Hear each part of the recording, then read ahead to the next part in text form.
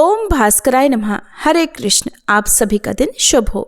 आज दिनांक है 24 दिसंबर, दिन है बुधवार और आज है पौष मास के शुक्ल पक्ष की चतुर्थी और पंचमी तिथि। चतुर्थी तिथि आज दोपहर 1:11 पर समाप्त होगी। इसके बाद में पंचमी तिथि प्रारंभ हो जाएगी। श्रवण नक्षत्र आज सुबह 7:07 तक रहेगा। बाद में पूरा दिन धनिष्ठा नक्षत्र रहेगा। ब्रह्म मुहूर्त सुबह 5:33 से 6:21 तक रहेगा। सूर्योदय होगा सुबह 7:09 पर। सूर्यास्त होगा शाम 5:43 पर। और आज भद्रा भी लग रही है। भद्रा आज सुबह 7:11 से लेकर दोपहर 1:11 तक रहेगी और भद्रा का वास पाताल लोक में रहेगा। पाताल लोक में रहने के कारण ये पृथ्वीलोक पर अशुभ नहीं रहेगी। अब सुनिए हर दिन की तरह सीता नित्यनेम की कहानी, फिर सुनेंगे आज का अध्याय। अगर आपको ये कथाएं अच्छी लगती हैं तो प्लीज़ कथाएं सुनकर आप वीडियो को लाइक जरूर कर दिया करें, ताकि मुझे भी पता चल जाए कि आपको ये कथाएं अच्छी लग रही हैं। इस कहानी को सीता माता कहती थी और प्रभु श्री राम सुना करते थे।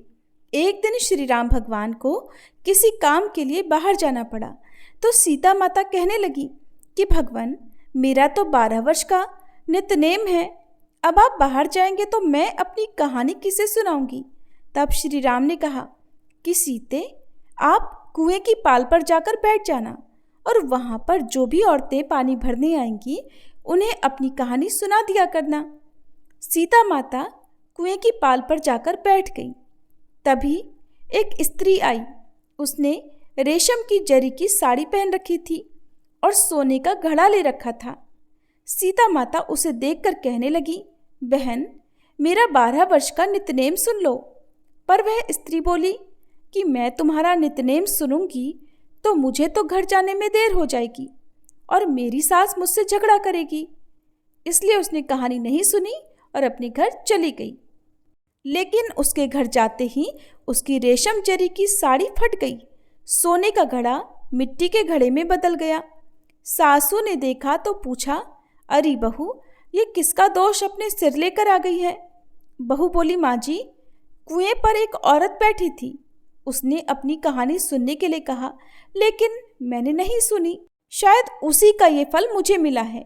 बहू की बात सुनकर अगले दिन वही साड़ी और वही घड़ा लेकर सास कुएं की पाल पर गई। सास को वहीं पर सीता माता बैठी मिली तो माता सीता ने कहा, बहन, मेरी कहानी सुन लीजिए। सासू बोली, एक बार छोड़, मैं तो 4 बार कहानी सुन लूँगी। तब सीता माता बोली, राम आए लक्ष्मण आए, देश के पुजारी आए, नित नेम का नेम लाए, आओ राम बैठो राम, तपी रसोई जीमो राम, माखन मिश्री खाओ राम, दूध पताशा पियो राम, सूत के पल का मोठो राम, शाल दुशाला पोठो राम, शाल दुशाला ओढ़ो राम, जब बोलूं राम ही राम, राम सवारे सबके काम, खाली घर भंडार भरेंगे, सबका बेड़ा पार करेंगे। श्री राम जय जय राम। सासू बोली, बहन, कहानी तो बहुत अच्छी लगी। फिर कहानी सुनकर सासू घर चली गई और उसकी साड़ी फिर से रेशम जरी की बन गई। मिट्टी का घड़ा भी फिर वापस से सोने के घड़े में बदल गया। बहू ने देखा तो कहने लगी, सासू माँ, आपने ये सब कैसे किया। सासू बोली, बहू, तू दोष लगा कर आई थी और मैं अब दोष उतार कर आ रही हूँ। बहू ने पूछा कि माँ जी, वह कुएं वाली स्त्री कौन है। सासू ने बताया कि वह तो सीता माता थी। वो पुराने से नया कर देती हैं, खाली घर में भंडार भर देती हैं। वह लक्ष्मी जी का वास घर में कर देती हैं और मनुष्य की जो भी इच्छा हो उसे पूर्ण कर देती हैं। बहू बोली, माँ जी, फिर तो ऐसी कहानी मुझे भी सुना दो। सास बोली कि ठीक है, तुम भी सुनो। फिर सास ने कहानी शुरू की। राम आए लक्ष्मण आए, देश के पुजारी आए, नित नेम का नेम लाए, आओ राम बैठो राम, तपी रसोई जीमो राम, माखन मिश्री खाओ राम, दूध बताशा पियो राम, सूत के पल का मोठो राम, शाल दुशाला पोठो राम, शाल दुशाला ओढ़ो राम, जब बोलूं राम ही राम, राम सवारे सबके काम, खाली घर भंडार भरेंगे, सबका बेड़ा पार करेंगे। बोलो श्री राम जय जय राम। कहानी सुनकर बहू बोली, माँ जी, कहानी तो बहुत अच्छी है, सासू ने कहा, ठीक है, अब से हम इस कहानी को रोज किया करेंगे। अब सास बहू रोज सवेरे उठती, नहाती धोती और पूजा करने के बाद नित्य नेम की सीता माता की कहानी कहती। एक दिन की बात है, उनके यहाँ पड़ोस की एक औरत आई और बोली कि बहन जरा सी आँच तो देना। तो बहू बोली कि आँच तो अभी हमने जलाई ही नहीं। पड़ोसन बोली, तो फिर तुम सुबह 4 बजे से उठकर क्या कर रही हो? तो उन्होंने कहा कि हम तो सुबह सुबह उठकर पूजा करते हैं, फिर सीता माता की नित्य नेम की कहानी कहते हैं। पड़ोसन ने उनकी बात सुनकर फिर कहा कि सीता माता की कहानी कहने से तुम्हें क्या मिला? तब वे दोनों बोली कि सीता माता की कहानी कहने से घर में भंडार भर जाते हैं, सारे काम पूर्ण हो जाते हैं, मन की इच्छा भी पूरी होती है। पड़ोसन ने कहा, बहन अगर ऐसा है तब तो फिर मुझे भी कहानी सुना दो। तब बहू बोली कि ठीक है, तुम भी ये कहानी सुन लो। राम आए लक्ष्मण आए, देश के पुजारी आए, नित नेम का नेम लाए। आओ राम बैठो राम, तपी रसोई जीमो राम, माखन मिश्री खाओ राम, दूध बताशा पियो राम, सूत के पल का मोठो राम, शाल दुशाला पोठो राम, शाल दुशाला ओढ़ो राम। जब बोलू राम ही राम, राम सवारे सबके काम, खाली घर भंडार भरेंगे, सबका बेड़ा पार करेंगे, श्री राम जय जय राम। पड़ोसन ने इस कहानी को सुना तो कहने लगी, बहन कहानी तो बहुत अच्छी लगी। अब वह पड़ोसन भी नित्यनेम सीता माता की कहानी कहने लगी। कहानी कहने से सीता माता ने पड़ोसन के भी धन के भंडार भर दिए। देखते ही देखते अब तो पूरे मोहल्ले में नित्यनेम की कथा चल पड़ी और हर किसी की मनोकामना पूर्ण होने लगी। हे सीता माता, जैसे आपने उन सभी के भंडार भरे, वैसे ही हमारे भी भरना। कहानी कहने वाले, सुनने वाले और हुंकार भरने वाले सबके भरना। सभी प्रेम से बोलिए, सीता मैया की जय। अब सुनिए आज का अध्याय। एक दिन श्री महाराज और पांडुरंग भट्ट गंगा किनारे की ओर निकले। रास्ते में कृष्णानंद स्वामी का मठ था। स्वामी जी उसी समय मठ से निकले। उन्हें देखकर भट्ट ने नमस्कार किया, लेकिन श्री महाराज जी ने नहीं किया। भट्ट से परिचय प्राप्त कर लेने पर स्वामी जी ने महाराज जी को बैठा लिया और वे उनसे परमार्थिक बातें करने लगे। उन्होंने स्वामी जी को बताया कि केवल अहम ब्रह्मास्मि रटने से कोई लाभ नहीं है जब तक कि उसकी अनुभूति ना जागे। फिर एक बार श्री महाराज जी की अजगर स्वामी से भेंट हुई। वे अजगर वृत्ति से रहते थे। उन्होंने अपनी देह ममता पूरी तरह से त्यागी हुई थी। वे कड़ी धूप में, तपती हुई रेत में या बरसात में उफनती गंगा जी में घंटों खड़े रहते थे। उन्होंने श्री महाराज को बड़े प्यार से आओ बेटा कहकर अपने पास बुलाकर बताया कि जब स्वयं काशी विश्वनाथ ने तुम्हें आदर दिया है, तब तुम्हें किसी कृष्णानंद की या अजगर स्वामी की जरूरत नहीं है।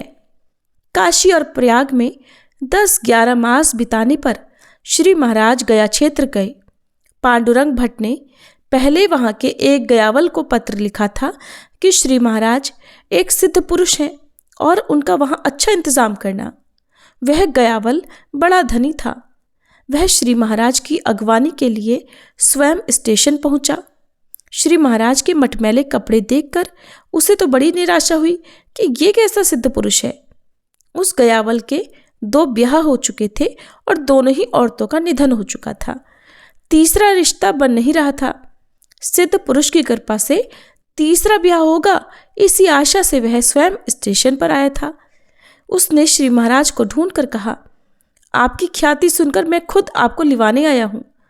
तब श्री महाराज बोले, हमारे लिए आए हो या फिर अपनी औरत के वास्ते? अपने दिल से पहले पता तो कर लो। बात सुनते ही गयावल उनकी योग्यता पहचान गया कि इनको तो मेरे मन का हाल पहले ही बिना बताए पता चल गया। फिर उसने उन्हें घर लाकर बड़ा सत्कार किया और ब्याह की मनोकामना पूर्ण करने के लिए प्रार्थना की। तब उन्होंने कहा कि पंढरपुर के विट्ठल भगवान ने पुंडलीक, नामदेव, तुकाराम आदि भक्तों पर कृपा की। वो आज भी वैसे ही कृपालु है, कोई फर्क नहीं है। जैसा भाव वैसा फल। भक्ति भाव होगा तो 8 दिनों में मनोकामना पूरी हो जाएगी और फिर तो सचमुच अगले 8 दिन में उसका ब्याह भी हो गया। वह श्री महाराज को भगवान मानने लगा। गया में रहते वे परमात्मा के ध्यान में डूबे रहते। अब तो गया में श्री महाराज की कीर्ति फैलती चली गई। उस गयावल के साथ वे घूमने निकलते थे। गया में उस समय बड़े पैमाने पर गांजा, भांग, चरस आदि का नशा करने का प्रचलन था। घर घर में भांग बनती है, 1 रंगी से लेकर 10 रंगी तक। एक दिन कुछ लोगों ने श्री महाराज को 5 रंगी भांग पिला दी। कोई नौसिखिया होता तो पीते ही ढेर हो जाता, लेकिन श्री महाराज जी को कोई नशा नहीं चढ़ा। दूसरे दिन उन लोगों ने उन्हें 9 रंगी भांग पिलाई, लेकिन उसका भी कोई असर नहीं हुआ। तब तो वे लोग उन्हें चंडू खाने ले गए। एक बड़ा मांत्रिक वहाँ पे रहता था और उसने लक्ष्मी नारायण का मंदिर बनाया था। वहाँ पर चरस चंडू का बड़ा अड्डा था। चंडू पीने में उसका कोई सानी नहीं था, इसीलिए वो लोग उस मांत्रिक की इज्जत करते थे और वह घमंड में फूला रहता था। वह सिद्धि के बल पर चमत्कार किया करता था और लोगों से खूब पैसा कमाता और उस पैसे से वो नशे में डूबा रहता था। उसने भगवान के मंदिर को भी चंडू खाना बना दिया था। कोई नया आदमी अगर वहाँ पहुँचता तो उससे नशा करवाकर उसकी फजीहत देखने में वहाँ के लोगों को खूब मजा आता था। कुछ लोग श्री महाराज को लेकर उसी अड्डे पर जा पहुँचे। शुरू में चरस की चिलमें फूकी, लेकिन उन्हें कोई नशा नहीं हुआ। तब लोगों ने चंडू की चिलम बनाकर श्री महाराज के हाथ में थमा दी। चंडू पीने वाला आदमी तकिया या फिर मसनद से सट कर बैठता है, क्योंकि चंडू का कश लेते ही जमीन पर वह लौट जाता है। श्री महाराज थे कि चिलम बुझकर खाक हो गई, लेकिन उन पर नशे का कोई असर नहीं हुआ। वे वहां से निकले और पास के श्री हनुमान जी के मंदिर में जाकर पद्मासन लगाकर और सिर पर कपड़ा ओढ़कर बैठ गए। इधर मांत्रिक को पता चला तो वह सकपकाया। उसे एहसास हो गया कि श्री महाराज जी हो न हो बहुत बड़े सिद्ध योगी हैं। अब उसे अपने किए पर पछतावा होने लगा। वे रुष्ट न हो जाए, इसलिए वह पूजा की सामग्री लेकर उनके पास पहुंचा और उनके जागने की प्रतीक्षा करने लगा। 10 बजे श्री महाराज जागे और उन्होंने सिर पर ओढ़ा हुआ वस्त्र हटाया। तब मांत्रिक ने क्षमा याचना की और पूजा स्वीकार करने की प्रार्थना की। तब वे बोले, जो हुआ सो भगवान की इच्छा से ठीक ही हुआ, लेकिन तुम्हें देखकर मुझे बड़ा दुख होता है। हर एक प्राणी सुख पाने के लिए तड़पता रहता है। उसे जो अच्छा लगता है उसी को वह अपना धर्म मानने लगता है। वो ये नहीं सोचता कि अपने किए का दूसरे पर क्या परिणाम होगा। मांत्रिक ने पूछा, गुरुदेव, दुनिया में आकर सुख पाने के लिए कोशिश ना करें तो फिर क्या करें? योग, दान, तप आदि भी तो सुख के लिए ही होते हैं ना। सुख तो एक सा होता है, तब फलानी तरह से ही सुख पाने के लिए आग्रह क्यों ना हो? श्री महाराज जी बोले, इसलिए कि हमें लत पड़ गई है और वो हमसे छूटती नहीं। तुमने भगवान का मंदिर बनाया, लेकिन मंदिर बनाने के बाद भी उसे चंडू खाना, नशा खाना बना दिया। ऊपरी तौर पर सभी सुख एक जैसे लगते हैं। सत्व गुण के कारण मिलने वाला जो सुख होता है उसमें और तमोगुण के कारण मिलने वाले सुख में कोई भेद नहीं है। शराब के नशे में डूबे आदमी में और गहरी नींद में सोया आदमी में कोई फर्क नहीं, लेकिन पहले में अज्ञान है और दूसरे में ज्ञान है। उनमें जमीन आसमान का फर्क है। तमोगुण अज्ञान में बदल जाता है और सत्वगुण ज्ञान में। तमोगुण अधःपतन की ओर ले जाता है तो सत्वगुण मोक्ष के द्वार की ओर बढ़ाता है। बड़ी विद्याएं बड़ी मेहनत से मिलती हैं। तुमने मंत्र विद्या को बड़ी परिश्रम से पाया, लेकिन तुमने उसका उपयोग तमोगुण बढ़ाने के लिए किया। ऐसी विद्या का उपयोग परोपकार के लिए, दूसरों के दुख दूर करने के लिए करना चाहिए। इसके लिए पैसा नहीं लेना चाहिए, क्योंकि भगवान सबका योगक्षेम निभाता है। परोपकार जैसा पुण्य नहीं और पर पीड़ा जैसा कोई पाप नहीं है। तुम मंदिर में भगवान के सानिध्य में रहते हो, संभल जाओ, वही मेरी पूजा मान लो, दूसरी पूजा की कोई जरूरत नहीं। श्री महाराज के शब्दों का मांत्रिक पर गहरा असर हो गया। उसने अपनी गलती मान ली और उनके चरणों में बुरी लतें छोड़ने की शपथ ली। श्री महाराज के ना चाहते हुए भी उसने उन्हें हार पहनाया और उन्हें घर तक पहुंचाया। गया में श्राद्ध आदि कर्म करके और विष्णुपद पर पिंडदान करने के बाद श्री महाराज और माँ साहब पुणे वापस लौट गए। काशी, प्रयाग, गया की त्रिस्थली की यात्रा से लौटने पर कुछ दिनों के बाद श्री महाराज औदुंबर चले। औदुंबर सांगली जिले में कृष्णा नदी के तट पर बसा हुआ बहुत सुंदर स्थान है, जहाँ दत्तावतार श्री नरसिंह सरस्वती जी ने चातुर्मास बिताया था। यह दत्तोपासना का जागृत स्थान माना जाता है। उसके ठीक सामने नदी के उस पार भीलवड़ी ग्राम में भुवनेश्वरी माता का मंदिर है। श्री महाराज और माँ साहब दोनों जब भुवनेश्वरी के मंदिर में पहुंचे, सूरज डूब चुका था। उस पार औदुंबर में जाने के लिए नाव नहीं थी। जाड़ा उतर रहा था। माँ साहब को ठिठुरन हो रही थी और श्री महाराज चुपचाप पड़े रहे। सुबह तक नदी में नाव चलने की कोई उम्मीद ही नहीं थी। ऐसे में अचानक एक माझी नौका लेकर इस पार आया और औदुंबर जाने के लिए पुकारने लगा। रात का अंधेरा गहरा रहा था। वे दोनों बापट की धर्मशाला में पहुंच गए। उन्होंने वहां के मुनीम से कमरा मांगा, लेकिन इन यात्रियों से कुछ भी मिलने वाला नहीं था, इसलिए मुनीम कमरा देने से कतराने लगा। आखिर उसने उन्हें एक कमरा दे ही दिया। उस खाली पड़ी धर्मशाला में गांव के कुछ लोग समय बिताने के लिए आते थे और हंसी ठिठोली करते रहते थे। उस रात वे गांजा पीकर श्री महाराज की हंसी उड़ाते रहे। दूसरे दिन प्रातः माँ साहब ने तीर्थ स्नान, देव दर्शन, फिर पूजन किया। श्री महाराज अपने कमरे में ही लेटे परमात्मा का ध्यान करते रहे। सुबह मुनीम जी जागा। इतने में भगवान दत्त का पुजारी दौड़ता हुआ आया। कहने लगा कि सपने में आकर दत्त प्रभु ने मुझे बताया है कि कल का मेरा भोग बापट की धर्मशाला में मुझे पहुंचाओ। पुजारी की बात से मुनीम जान गया कि कमरे में रहने वाले कोई सिद्ध साधु हैं। वह श्री महाराज के पास पहुंचकर क्षमा याचना करने लगा। वे बोले, तुमसे गलती हो गई हो तो दत्त प्रभु से क्षमा मांग लेना। उनके आश्रय में रहते हो, उनकी सेवा करते रहो। गप्पे हाँकने में और गांजा पीने में अपनी जिंदगी यूं बर्बाद मत करो। वहां पांगले शास्त्री नामक सज्जन सिद्धि के लिए गणेश जी का अनुष्ठान कर रहे थे। उन्हें थोड़ी सी सिद्धि भी मिल गई थी। वे मंत्र सिद्धि के सहारे लोगों से पैसा कमाते और सुख चैन से गुजर बसर कर रहे थे। समाचार पाकर वे भी श्री महाराज के पास चले आए। औदुंबर में आकर श्री महाराज ने तीर्थ स्नान नहीं किया, इसलिए वे शास्त्री उन्हें ताना देने लगे। तब उन्होंने कहा कि आदमी दूसरों की ओर नहीं, अपनी ओर देखे। शूद्र मंत्र सिद्धि से पैसा कमाकर इंद्रियों का सुख पाने से तो नरक मिलेगा, मुंह में कीड़े बिलबिलाने लगेंगे। ये परमार्थ का मार्ग नहीं है। सुनकर शास्त्री जी तो शर्मिंदा होकर खिसक गए। उसी रात उन्हें सपना आया कि उन्हें वाचा सिद्धि प्राप्त हो गई है। लोगों की कठिनाइयां दूर हो रही हैं। शास्त्री जी को इज्जत, शोहरत और दौलत मिल रही है।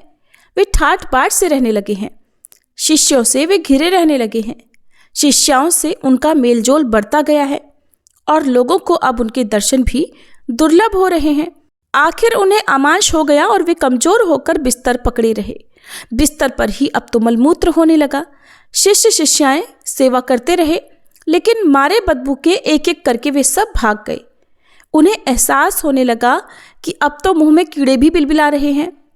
वे मुंह से कीड़े निकालने के लिए चीखने चिल्लाने लगे। सेविकाओं ने उनके मुख में उंगलियां डालकर कहा कि मुख में तो कुछ भी नहीं है। भला बुरा कहते हुए उन्होंने उसे मारने के लिए हाथ उठाया तो हाथ जलते हुए दिए पर पड़ गया, जिस कारण दिए की बत्ती बुझ गई और वे जग गए। सपने की बात से वे घबराकर श्री महाराज के पास आ गए और राह दिखाने की प्रार्थना करने लगे। उन्होंने शास्त्री जी को बताया कि धन के लिए साधन करना बुरा है। सिद्धियां वारांगना की तरह होती हैं, वे थोड़ा सा सुख देकर फिर चली जाएंगी। पुण्य क्षेत्र में रहकर ऐसे बुरे कर्म करने में तो आत्मनाश है। मंत्र सिद्धि कमाई जाती है, जबकि योग सिद्धि भगवान की कृपा से प्राप्त होती है। श्री महाराज के इस उपदेश से शास्त्री जी की तो जिंदगी ही बदल गई। औदुंबर से वे दूसरे दत्त क्षेत्र नरसिंहबाड़ी गए। वहां से कोल्हापुर जाकर उन्होंने श्री महालक्ष्मी जी के दर्शन किए।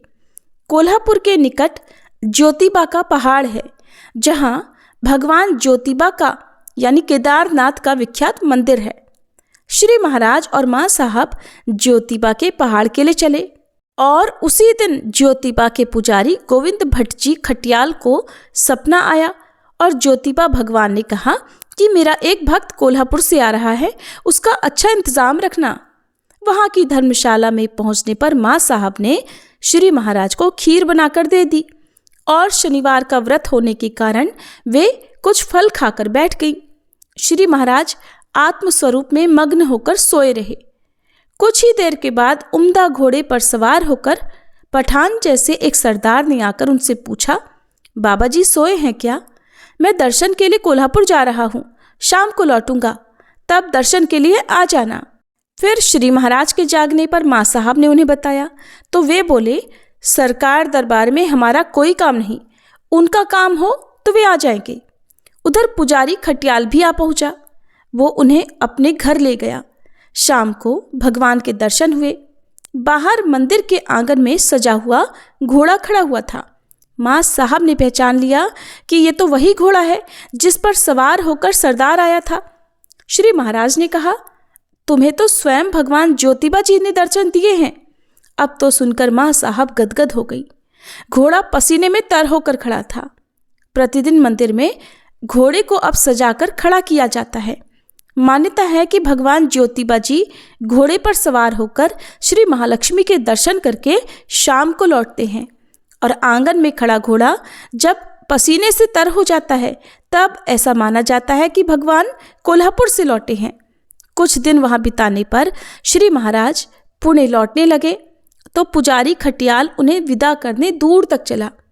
उसने श्री महाराज को उपदेश देने की प्रार्थना की तो उन्होंने बताया कि पेट भरने तक अन्न और अच्छी संगति मिल जाए तो मान लो कि आधा काम बन गया। सौभाग्य से तुम्हें तो भगवान की संगति मिल गई है। उनकी सेवा मन से करोगे तो वे तुम्हें कभी कोई कमी महसूस नहीं होने देंगे। भगवान तो अपने मन में ही होते हैं और जब मन विकारों से मलिन पड़ जाता है तो वे दिखाई नहीं देते। दुनिया आदान प्रदान पर चलती है। तुम दूसरों का बुरा चाहोगे तो तुम्हारे पल्ले बुराई आएगी। इस दुनिया में जो थोड़ी सी भगवान की सेवा बन सकेगी उसे मन से करोगे तो वह श्रेष्ठ है, क्योंकि भगवान तो भाव के भूखे होते हैं। श्री महाराज संसार से अलिप्त रहने की कोशिश करते थे। माँ साहब की जिंदगी खुशहाल घर में बीती थी। अब धन की कमी, चीज़ों की कमी उन्हें बहुत खलती थी। उनकी बेचैनी उल्हाने ताने देने में प्रकट हो ही जाती थी। ऐसी हालत में श्री महाराज जी का मन दूर जाने को चाहता था। वे एक दिन श्री ज्ञानेश्वर महाराज के समाधि स्थल आलंदी के लिए निकल पड़े। घर से निकलते ही जोरों की बारिश होने लगी, लेकिन श्री महाराज भीगते हुए बिना रुके चलते रहे। रास्ते में एक धर्मशाला थी, उसका आश्रय उन्होंने ले लिया। वहाँ के लोगों ने सूखे कपड़े दे दिए और सेंकने के लिए आग जलाई। उस धर्मशाला में श्री ज्ञानेश्वर महाराज जी की पादुकाएं थी। दूसरे दिन सुबह निकलकर वे आलंदी पहुंचे तो उनके इंतजार में एक ब्राह्मण बैठा था। उन्हें लेकर वो अपने यहाँ पहुंचा। उसने उन्हें उबटन और खुशबूदार तेल से खूब मल मल कर नहलाया। बड़े आदर से रेशमी धोती पहनाकर पकवानों का भोजन खिलाया। बीड़ा और दक्षिणा भी दी। श्री महाराज ने बीड़ा ले लिया और दक्षिणा श्री ज्ञानेश्वर महाराज को अर्पण करने को कहा।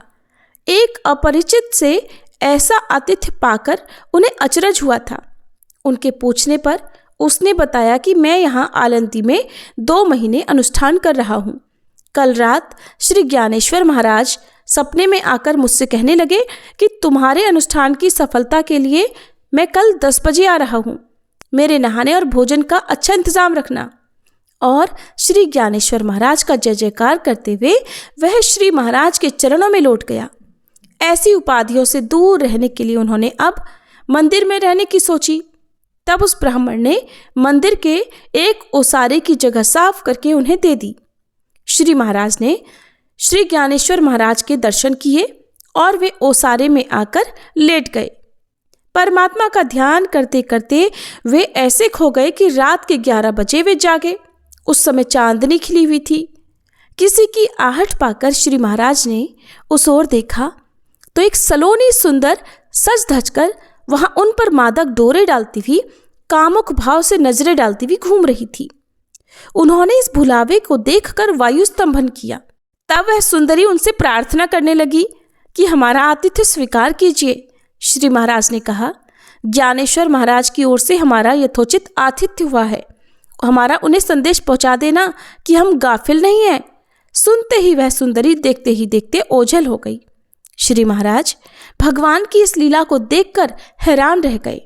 दूसरे दिन श्री महाराज आलंदी के विख्यात सत्पुरुष श्री नरसिंह सरस्वती जी से मिलने गए। उन्हें देखते ही स्वामी जी ने बड़े आदर के साथ उनका स्वागत किया और अपने पास बिठा लिया। उसमें पारमार्थिक बातें होने लगी। उन्होंने कहा, भटकते हुए शरीर को कष्ट देने की अपेक्षा एक स्थान पर रहकर साधन करने से वह फलीभूत होता है। तब श्री महाराज ने बताया कि शरीर की ममता योग मार्ग में रोड़े डालती है। ऐसा कहा नहीं जा सकता कि वह किसी विशिष्ट मार्ग से ही दूर होती है। जिसे जो रास्ता सुविधाजनक लगे उसे वह अपनाए। किसी भी यम नियम के झमेले में ना अटकते देह प्रारब्ध को भोग कर ही उसे मिटाना चाहिए, फिर चाहे सुख मिले या फिर दुख उठाने पड़े। इसके लिए प्रारब्ध को भोगने का संकल्प चाहिए। श्री महाराज की ये बातें सुनकर स्वामी जी को संतोष हुआ। फिर 2 दिन स्वामी जी के पास रहकर श्री महाराज श्री संत तुकाराम महाराज के स्थान देहू गांव की ओर चले।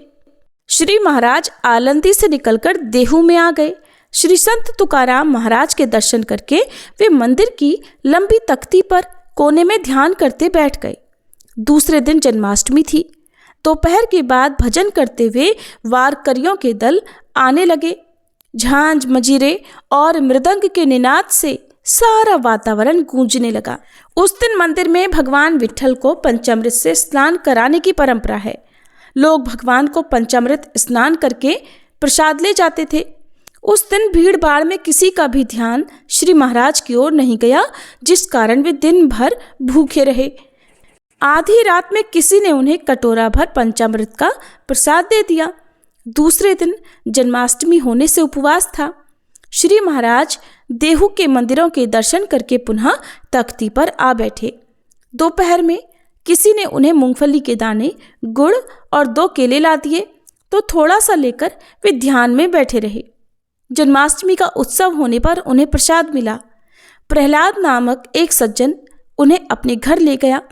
उसकी दूसरी जवान पत्नी की मादक चेष्टाएं देखने पर भोजन करने के तुरंत बाद वे भालचंद्र पहाड़ के लिए निकल गए, जहां श्री तुकाराम महाराज नित्य भजन करते थे। इसके बाद जो कुछ भी हुआ उसका वृत्तांत आप सभी कल के अध्याय में जरूर सुनिएगा। अब सुनिए लपसी और तपसी की कहानी। एक बार एक लपसी था, एक तपसी था। तपसी हमेशा भगवान की तपस्या में लीन रहता था। लपसी रोजाना 1.25 सेर की लापसी बनाकर भगवान को भोग लगाकर जीम लेता था। एक दिन वे दोनों आपस में झगड़ा करने लगे। तपसी बोला, मैं रोज भगवान की तपस्या करता हूँ इसलिए मैं बड़ा हूँ। लपसी बोला, मैं रोज भगवान को 1.25 सेर लापसी का भोग लगाता हूँ इसलिए मैं बड़ा हूँ। नारद जी वहां से गुजर रहे थे। दोनों को झगड़ा करता देख उनसे पूछा कि तुम दोनों झगड़ा क्यों कर रहे हो। तब लपसी ने खुद को बड़ा होने का कारण बताया और तपसी ने भी खुद को बड़ा होने का कारण नारद जी को बताया। सुनकर नारद जी बोले, तुम्हारा फैसला तो मैं कर दूंगा। दूसरे दिन लपसी और तपसी स्नान कर अपनी रोज की भक्ति करने आए तो नारद जी ने छुपकर 1.25 करोड़ की एक अंगूठी उन दोनों के आगे रख दी। तपसी की नजर जब अंगूठी पर पड़ी तो उसने चुपचाप अंगूठी उठाकर अपने नीचे दबा ली। उधर लपसी की नजर भी अंगूठी पर पड़ी, लेकिन उसने ध्यान नहीं दिया और भगवान को भोग लगाकर लापसी खाने लगा। नारद जी जब सामने आए तो दोनों ने पूछा, बताइए नारद जी, हम दोनों में से कौन बड़ा है। तब नारद जी ने तपसी से खड़ा होने को कहा। वह खड़ा हुआ तो उसके नीचे दबी हुई अंगूठी दिखाई पड़ी। नारद जी ने तपसी से कहा, तपस्या करने के बाद भी तुम्हारी चोरी करने की आदत नहीं गई, इसलिए लपसी बड़ा है और तुम्हें तुम्हारी तपस्या का भी कोई फल नहीं मिलेगा। तब तपसी शर्मिंदा होकर क्षमा मांगने लगा। उसने नारद जी से पूछा, नारद जी, मेरी तपस्या का फल फिर मुझे कैसे मिलेगा। तब देवर्षि नारद जी ने बताया, अगर कोई गाय और कुत्ते की रोटी नहीं बनाएगा तो फल तुझे मिलेगा। अगर कोई ब्राह्मण को जिमाकर दक्षिणा नहीं देगा तो फल तुझे मिलेगा। अगर कोई साड़ी के साथ ब्लाउज नहीं देगा तो फल तुझे मिलेगा। अगर कोई दिए से दिया जलाएगा तो फल तुझे मिलेगा। अगर कोई सारी कहानी सुने लेकिन तुम्हारी कहानी ना सुने तो फल तुझे मिलेगा। उसी दिन से हर व्रत कथा और कहानी के साथ लपसी तपसी की कहानी भी सुनी और कही जाती है। श्री रवि हरत हो घोरतम, अगणित किरण पसारी, वंदन करूं तब चरणन में, अर्घ देऊं जलधारी। सकल सृष्टि के स्वामी हो, सचराचर के नाथ, निस्दिन होत तुमसे ही, होवत संध्या प्रभात। जय भगवान सूरतमहारी, जय खगेश दिन कर शुभकारी। तुम हो सृष्टि के नेत्र स्वरूपा, त्रिगुणधारी त्रैवेद स्वरूपा। तुम ही कर्ता पालक संहारक, भुवन चतुर्दश के संचालक। सुंदर बदन चतुर्भुजधारी, रश्मि रथी तुम गगन विहारी। चक्र शंख अरु श्वेत कमलधर, वर मुद्रा सोहत चोटे कर। शीश मुकुट कुंडल गलमाला, चारु तिलक तब भाल विशाला। सप्त अश्वरथ अति द्रुतगामी, अरुण साथी गति अविरामी। रक्त वरुण आभूषण धारक, अति प्रिय तोहे लाल पदारथ। सर्वात्मा कहे तुम्हें ऋग्वेदा, मित्र कहे तुमको सब वेदा। पंचदेवों में पूजे जाते, मनोवांछित फल साधक पाते। द्वादश नाम जाप उद्धारक, रोग शोक अरु कष्ट निवारक। माँ कुंती तब ध्यान लगायो, दानवीर सूत कर्ण सो पायो।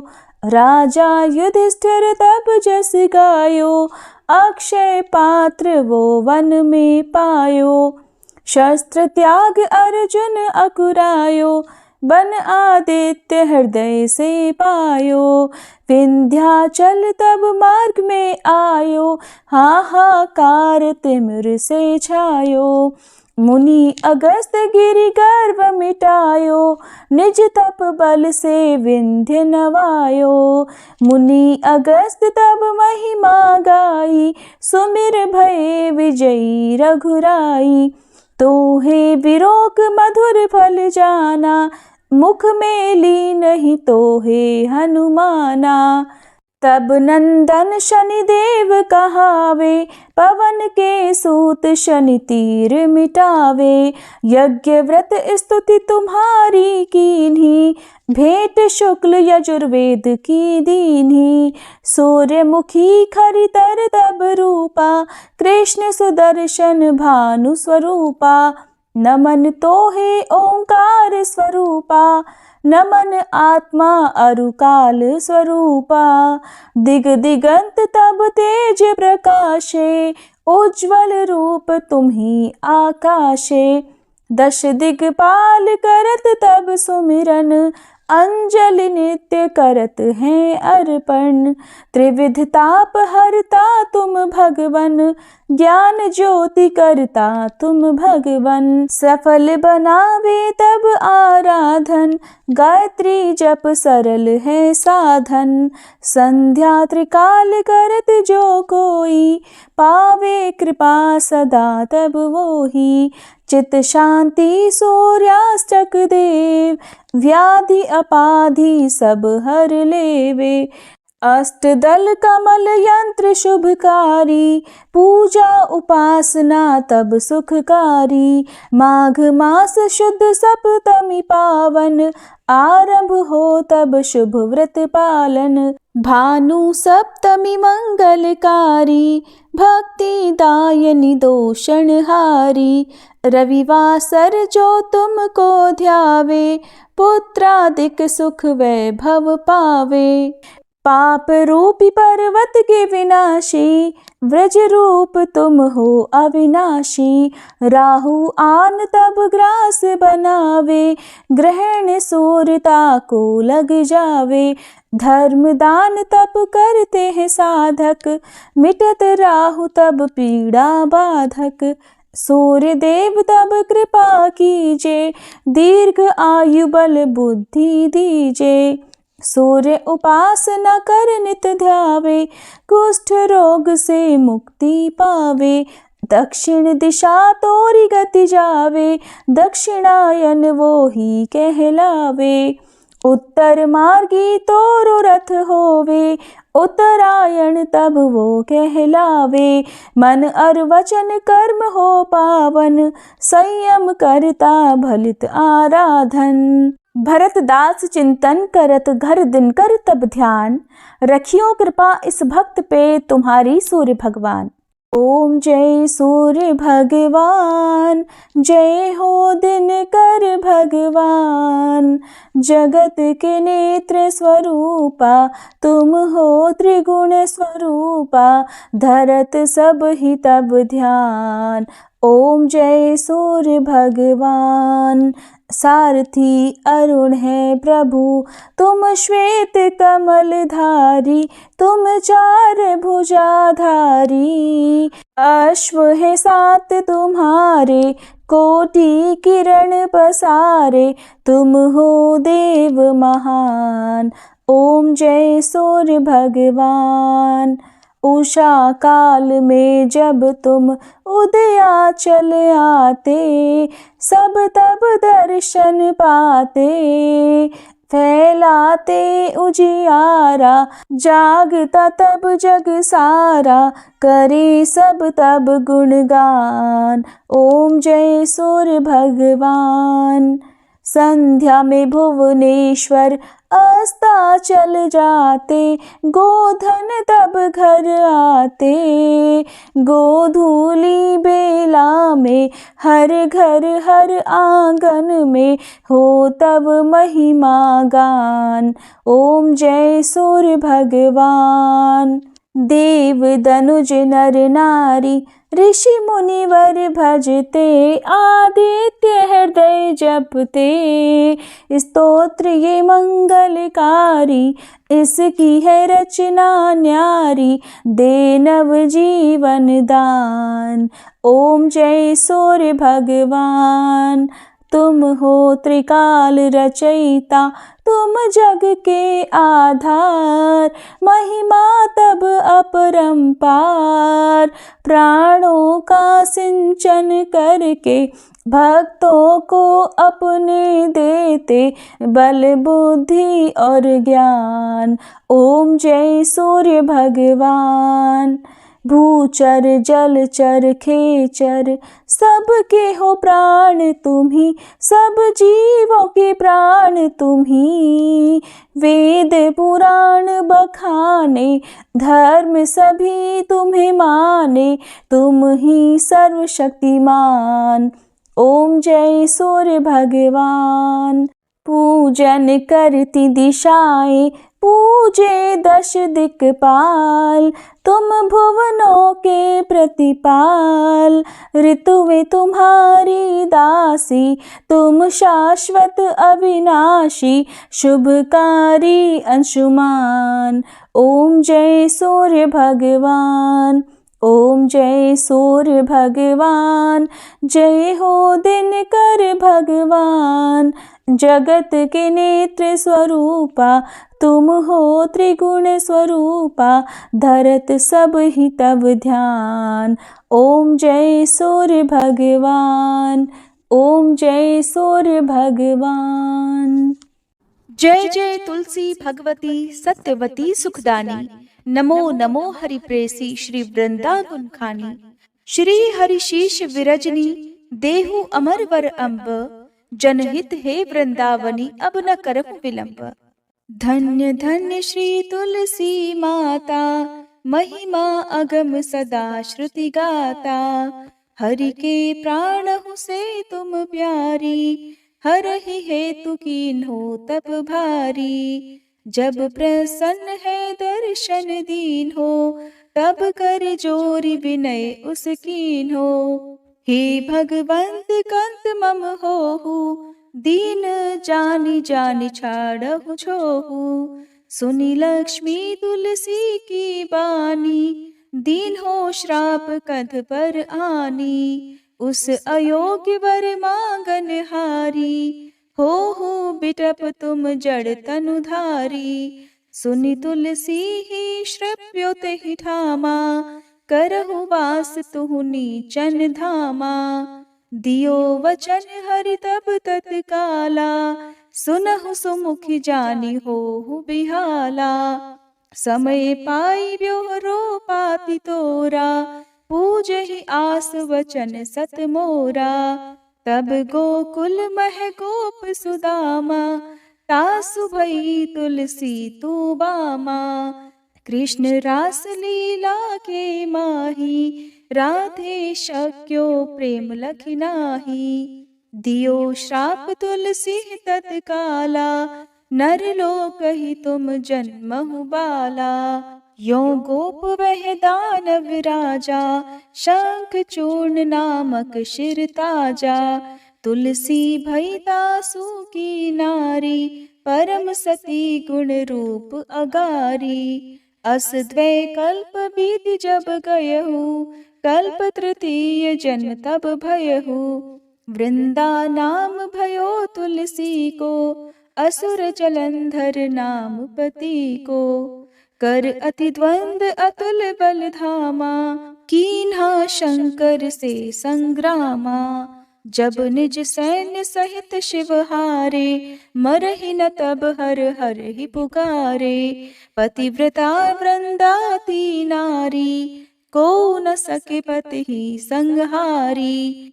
तब जलंधर ही भेष बनाई वृंदा ढिग हरि पहुँचो जाई। शिव हित लहि करि कपट प्रसंगा कियो सतीत्व धर्म तो ही भंगा। भयो जलंधर कर संहारा सुनी उर शोक उपारा। तिहि क्षण दियो कपट हरि तारी लखि वृंदा दुख गिरा उचारी। जलंधर जस हत्यो भीता सोई रावण तस हरहि सीता। अस प्रस्तर सम हृदय तुम्हारा धर्म खंडी मम पति संहारा। यही कारण लहि श्राप हमारा होवे तनु पाषाण तुम्हारा। सुनि हरि तुरत ही वचन उचारे दियो श्राप बिना विचारे। लख्यो ना निज कर दूत पति को छलन चाहियो जब पार्वती को। जड़ मति तुह अस हो जड़ रूपा जग में तुलसी बिटप अनूपा। धग्व रूप हम शाली ग्रामा नदी गंडकी बीच ललामा। जो तुलसी दल हम ही चढ़ई है सब सुख भोग परम पद पई है। बिनु तुलसी हरि जलत शरीरा अतिशय उठत शीश उर पीरा। जो तुलसी दल हरि शिर धारत सो सहस्त्र घट अमृत डारत। तुलसी हरि मन रंजनिहारी रोग दोष दुख भंजनिहारी। प्रेम सहित हरि भजन निरंतर तुलसी राधा में नाही अंतर। व्यंजन हो 56 प्रकारा बिन तुलसी दल ना हरहि प्यारा। सकल तीर्थ तुलसी तर छाही लहत मुक्ति जन संशय नाही। कवि सुंदर एक हरि गुण गावत, तुलसी निकट सहस गुण पावत। बसत निकट दुर्वासा धामा, जो प्रयास ते पूर्व ललामा। पाठ करहि जो नित नर नारी, हो ही सुख भाषहि त्रिपुरारी। तुलसी चालीसा पढ़ी तुलसी तरु गृहधारी, दीप दान करी पुत्र फल पावहि बंध्यहु नारी। सकल दुख दरिद्र हरिहार हुए परम प्रसन्न, आशय धन जन लड़ही कर बसहि पूर्णा अत्र। लाही अभिमत फल जगत महिलाहि पूर्ण सब काम, जेहि दल अर्पहि तुलसी तह सहस बसहि हरि राम। तुलसी महिमा नाम लख, तुलसी सूत सुख राम। मानस 40 रच्यो जग मह तुलसीदास। प्रेम से बोलिए तुलसी महारानी की जय। तुलसी महारानी नमो नमो, हरि की पटरानी नमो नमो। तुलसी महारानी नमो नमो, धन्य तुलसी पूरण तप कीनो। शालिग्राम बनी पटरानी नमो नमो। तुलसी महारानी नमो नमो, हर की पटरानी नमो नमो। जाके पत्र मंजरी कोमल, श्रीपति कमल चरण लपटानी नमो नमो। तुलसी महारानी नमो नमो, हरि की पटरानी नमो नमो। कौन महीने बोई रानी तुलसा, कौन महीने हुई हरियाली नमो नमो। तुलसी महारानी नमो नमो, हर की पटरानी नमो नमो। कौन महीने हुई तेरी पूजा, कौन महीने हुई पटरानी नमो नमो। तुलसी महारानी नमो नमो।